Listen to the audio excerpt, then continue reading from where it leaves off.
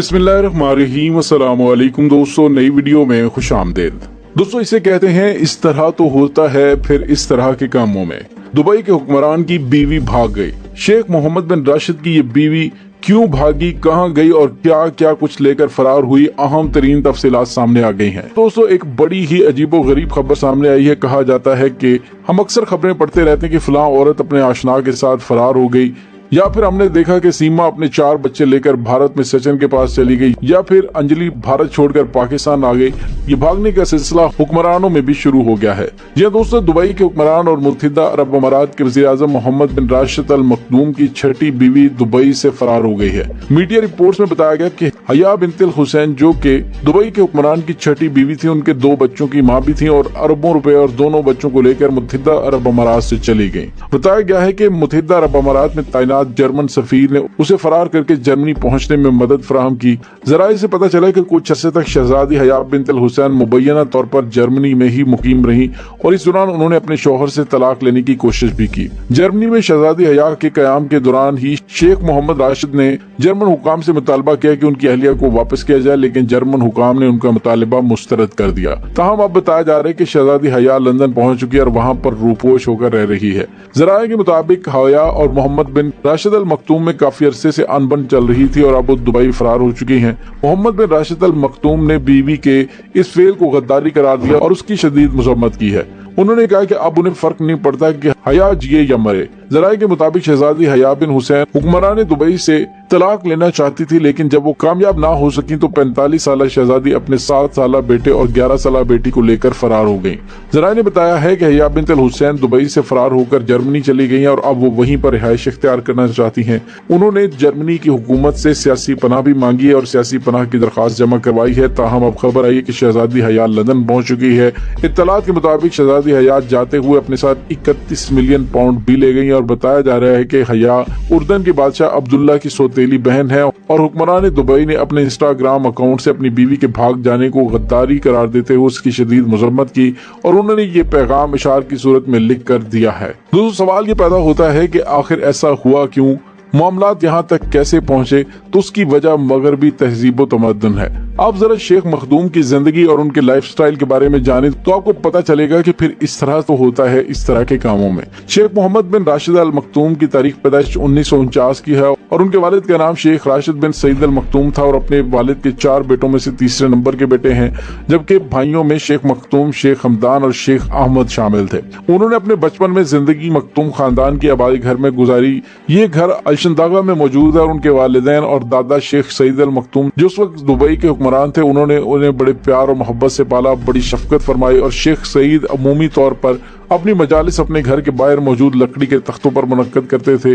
ये बैठना उठना शेख मोहम्मद की इब्तदाई जिंदगी का एक बेहतरीन तजर्बा था, क्योंकि वो अपने दादा के बहुत करीब थे। तो यहाँ पे आपको ये बताते चलेंगे, हमेशा दूसरे शहजादों की तरह और दीगर शेखों की तरह शेख राशिद मखदूम को भी शिकार और रवायती अरब तहजीब के शौक हैं, जिस तरह से बाज के जरिए शिकार सीखना, जिसको शॉल फॉनकरी कहते हैं, और इसके अलावा वो घुड़सवार भी हैं। तकरीबन 4 साल की उम्र में जाती तौर पर अरबी उलूम और इस्लामी तारीख उनके वालिदैन ने पढ़ाई। 1955 में डेरा दुबई में वाक़े अल अहमदिया प्राइमरी स्कूल से बाकायदा तालीम का आगाज किया। 10 साल की उम्र में उन्होंने अल शबाब स्कूल में तालीम हासिल करनी शुरू की और 2 साल बाद दुबई सेकेंडरी स्कूल में तालीम का सिलसिला शुरू किया।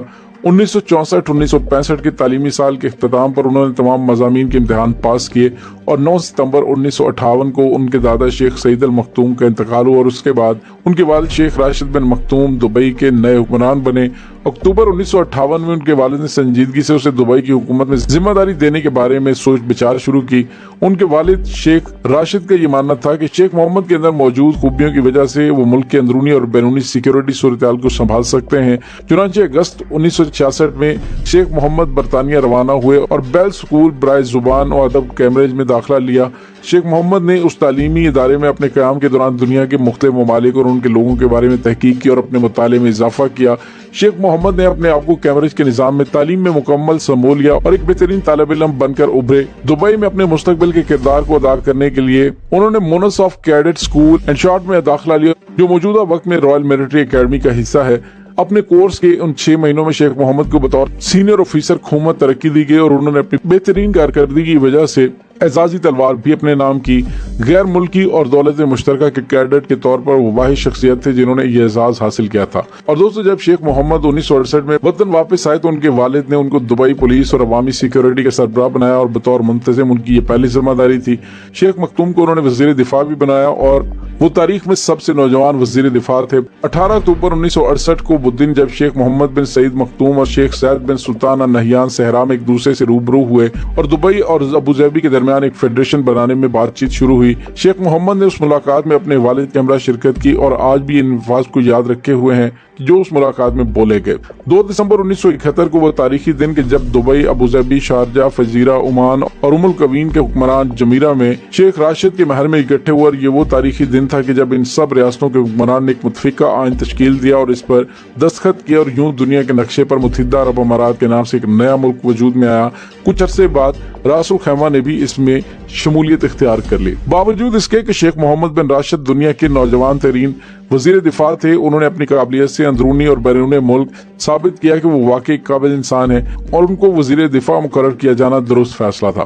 متحدہ عرب امارات کی افواج نے اپنا پہلا بین الاقوامی مشن 1976 میں انجام دیا جب اماراتی فوج لبنان میں ایک امن مشن کا حصہ بنی۔ 25 اگست 1977 کو شیخ راشد بن مختوم نے دبئی ایئرپورٹ کے انتظام کو چلانے کے لیے شیخ محمد کی سربراہی میں ایک کمیٹی تشکیل دی تاکہ نہ صرف دبئی کو بین الاقوامی طور پر فضائی سفر کا گڑھ بنایا جا سکے، اس کے علاوہ سیاحوں کو بھی متوجہ کیا جا سکے۔ تو دوستوں بتانے کا مطلب ہے کہ شیخ محمد راشد المختوم ایک انتہائی تجربہ کار سیاستدان اور دبئی کو یعنی متحدہ عرب امارات کو آگے لے کر چلنے والے ہیں، لیکن افسوسناک بات یہ ہے کہ گھر کے معاملات کو نہ سنبھال سکے اور جو مغربی رنگ ان پر چڑھا ہوا تھا وہی مغربی رنگ انہیں لے ڈوبا ہے اور ان کی بیوی انہیں چھوڑ کر جا چکی ہے۔ یہاں پہ ایک بڑی دلچسپ چیز آپ کو بتائیں کہ شیخ محمد نے بچپن سے جب وہ اسکول میں زیر تعلیم تھے انہوں نے نباتی شاعری لکھنی شروع کر دی تھی اور ان کے والد مرحوم شیخ راشد بن سعید اور مرحوم شیخ زید بن سلطان کے کردار کا ان کی شاعری میں بہت مثبت اور گہرا اثر ہے۔